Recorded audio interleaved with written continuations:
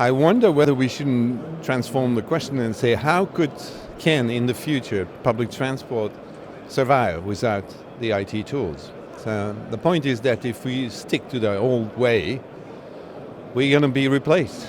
So it's live and or die.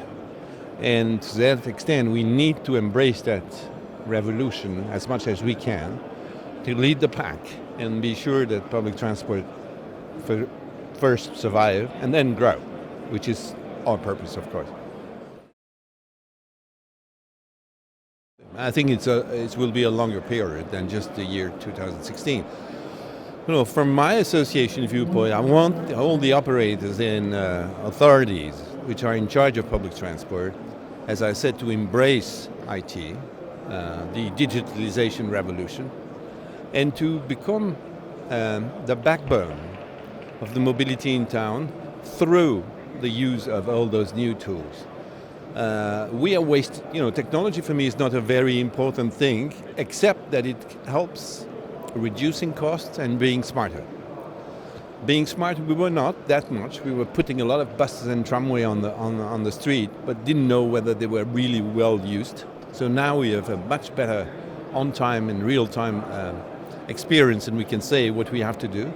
The second also is that if I don't need a tramway or a bus, but I can change it to a small bus or to a Google car, it would cost less to the community. It would be much convenient for the customer. And that's also an important part of our job, is to be efficient.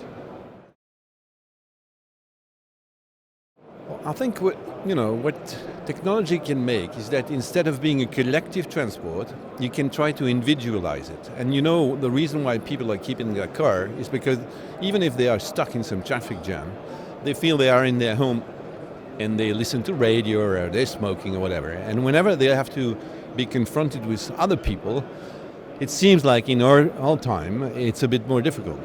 If we can, during the time of the traveling, you can make the best out of this time.